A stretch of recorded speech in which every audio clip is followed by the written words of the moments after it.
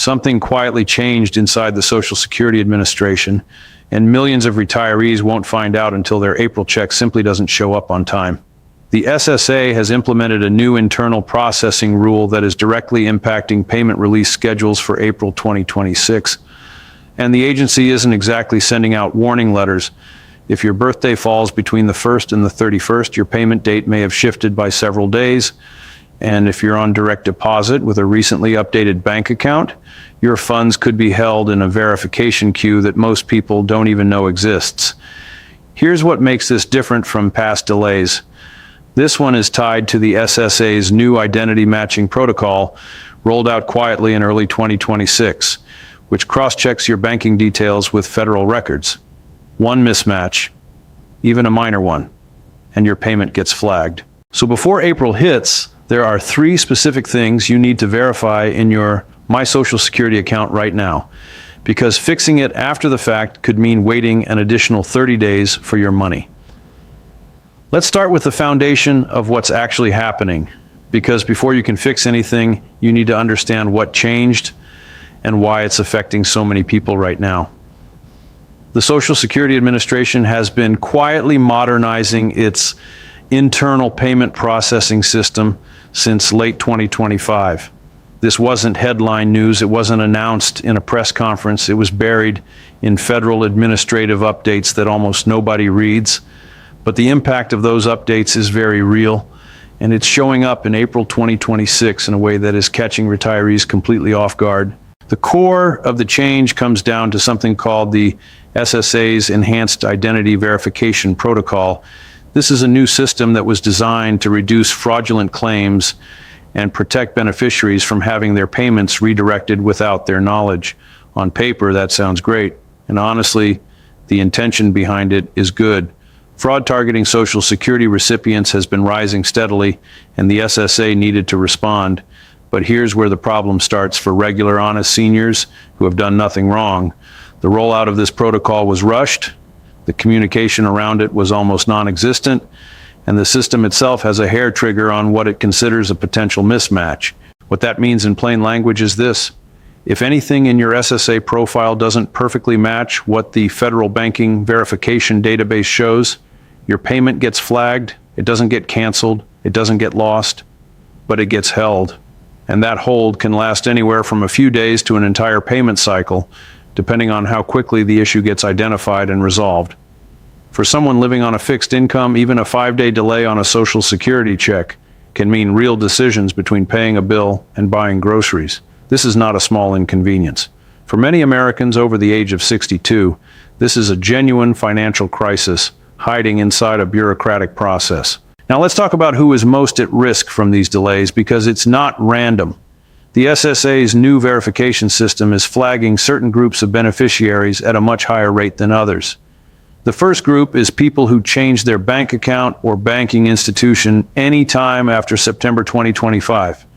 If you switched banks, opened a new account, or even updated your routing number at your existing bank, and you didn't update your direct deposit information through the official My Social Security portal, there is a strong chance your April payment is sitting in a verification queue right now.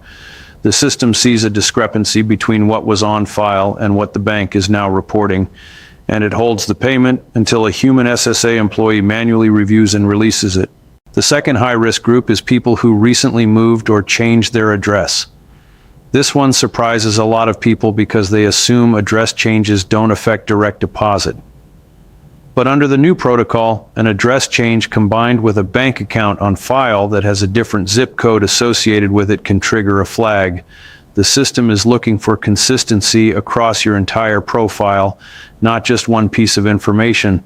So if your mailing address says Texas, but your bank account was opened in Florida, and you haven't updated one or both of those things, you could be flagged without any warning. The third group, and this is a big one, is people who have recently gone through any kind of name change or identity update. This includes widows and widowers who may have changed their name after a spouse's passing, people who went through legal name changes for any reason, and even people who corrected a long-standing spelling error on their SSA record. The identity matching protocol is extremely literal.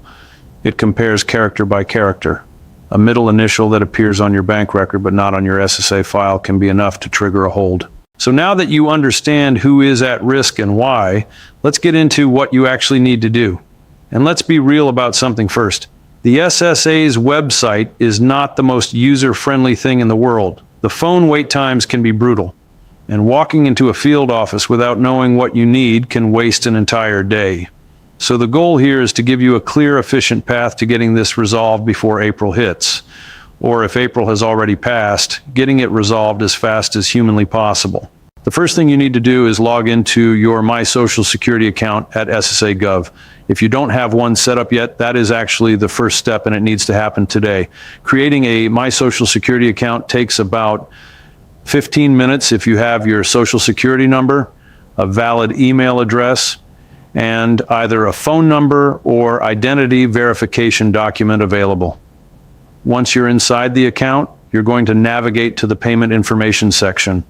This is where your direct deposit details live. You want to look at two things very carefully. First, is the bank account number correct and current?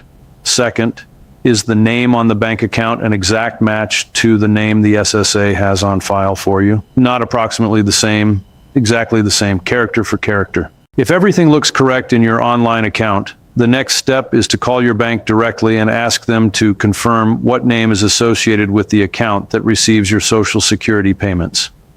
Banks update their internal records more often than people realize, especially if you've received a new debit card, gone through a merger with another bank, or updated any personal information on your banking profile. Sometimes a bank will quietly update a name format in their system, going from a full middle name to a middle initial, for example, and that small change is enough to create a mismatch on the SSA's end. If you do find a discrepancy, either in your SSA account or with your bank, here is the most important thing to understand. Do not try to correct both simultaneously without a plan. The reason for this is that the SSA system takes time to process updates. If you submit a change on the SSA side and then your bank also makes a change at the same time, you can end up in a loop where both records are in transition and neither one matches anything during the processing window. The cleanest approach is to first confirm what your bank record shows, then update your SSA record to match that exactly. Give the SSA system at least 30 days to process the update before your expected payment date. If you are already within 30 days of your April payment date, call the SSA directly at 1-800-772-1213 and explain the situation. Ask them to place a note on your account that a manual review may be needed for your April payment. This doesn't guarantee the delay won't happen, but it dramatically speeds up the resolution if it does. Now let's talk about the payment schedule itself, because there's another layer to this that a lot of people don't fully understand. The SSA has always distributed payments based on your birth date, and that system has not changed. If you were born on the 1st through the 10th of any month, your payment arrives on the second Wednesday. If you were born between the 11th and the 20th, it arrives on the third Wednesday. And if your birthday falls between the 21st and the 31st, you receive your payment on the fourth Wednesday of the month. What has changed in 2026 is the internal processing cutoff that happens before those payments are released. Under the new protocol, the SSA finalizes payment batches earlier than before, specifically to allow time for the identity verification checks to run. That means if an issue is flagged on your account, there is less time than there used to be between when the flag is raised and when the payment is scheduled to go out. In previous years, a flag raised a week before your payment date might still get resolved in time. Under the new system, that same flag raised a week out is very likely to result in a delay. This is also why so many people are going to be caught off guard in April specifically, because April is the first full month where the new protocol has been running at complete capacity. The SSA was doing partial testing and limited rollouts in February and March, which is why some people may have already seen small delays in those months without fully understanding why. April is when the system goes fully live across all beneficiary categories, which means the volume of flagged accounts is expected to spike significantly compared to what we saw in the first quarter. There is also something important to understand about what happens if your check is delayed and you need money in the meantime. The SSA does have a process for emergency payment situations, But it is not as simple as just calling and asking for your money early. To request an emergency advance payment, you typically need to demonstrate that the delay is causing a financial hardship that is affecting your ability to meet basic living expenses. You'll need to contact your local SSA field office directly for this, not the national phone line. And you'll want to bring documentation of your expenses, your bank statements, and any correspondence you've received from the SSA. The process moves faster when you arrive prepared. It is also worth knowing that an emergency advance is not additional money. It's an advance on your next scheduled payment, which means your following month's payment will be reduced by that amount. Understanding that going in helps you make a smarter decision about whether to request one. Let's also address something that a lot of seniors are dealing with right now in addition to these payment delays, and that is the flood of misinformation circulating on social media and through email chains about what these SSA changes actually mean. There are people out there, and unfortunately this is very real, who are using the confusion around the new SSA rules to run scams targeting retirees. The scam usually looks like this. You receive a text message, an email, or even a phone call claiming to be from the Social Security Administration. They tell you that your payment has been flagged and that in order to release it, you need to verify your information. They ask for your Social Security number, your bank account details, or sometimes even request that you pay a small processing fee to unlock your payment. None of this is how the SSA operates, ever. The SSA will never call you and ask for your Social Security number over the phone. They already have it. They will never ask you to pay a fee to receive a payment you're entitled to, and they will never threaten to cancel your benefits if you don't act immediately. If you receive any communication that does any of these things, hang up, delete it, and if you want to confirm whether there is actually an issue with your account, go directly to ssa.gov yourself and log in. Do not click any links in emails or text messages claiming to be from the SSA. Now, let's talk about something that doesn't get discussed nearly enough, which is the importance of having a financial buffer, specifically because of situations like this one. Most financial planners who work with retirees will tell you that having even 1 month of essential expenses sitting in an accessible savings account is one of the most important things you can do for your peace of mind and your financial stability. This isn't about being wealthy. It's about not being completely dependent on a government payment arriving on a specific day in order to keep your lights on and your refrigerator stocked.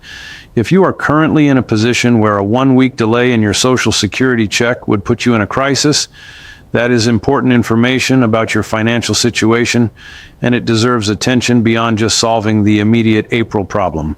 There are nonprofit financial counseling services available specifically for seniors, many of them free, that can help you build a small buffer and create a spending plan that gives you more breathing room around your monthly income. One more thing worth covering before we wrap this up is the question of what to do if you receive a letter from the SSA about your payment status, because some people are going to get those letters in the coming weeks, and they can be confusing and sometimes alarming to read. The letters are typically written in very formal, technical language, and they sometimes include language that sounds threatening even when the issue is minor. If you receive a letter, the first thing to do is read it twice before reacting. Most SSA letters are not telling you that your benefits are being cut or eliminated. They are usually requesting information, notifying you of a scheduled review, or explaining a temporary change to your payment. Once you've read it carefully, write down the specific action being requested and the deadline for that action. Then either log into your My Social Security account to respond online, call the SSA at 1-800-772-1213, or visit your local field office if the matter requires in-person documentation. Always keep a copy of any letters you send or documents you submit. Always write down the name of the SSA representative you speak with and the date and time of the call. That information becomes valuable if there is ever a dispute about what was communicated or when. The bottom line here is straightforward. The SSA's new rules are real, the payment delays are real, and the risk to your April check is real if your account has any of the issues we talked about today. But this is also a very solvable problem if you take action now rather than waiting to see what happens. Log in, verify your information, confirm your bank details match, and if anything is off, call the SSA before April arrives. You've earned every dollar of that Social Security benefit. Make sure you receive it on time.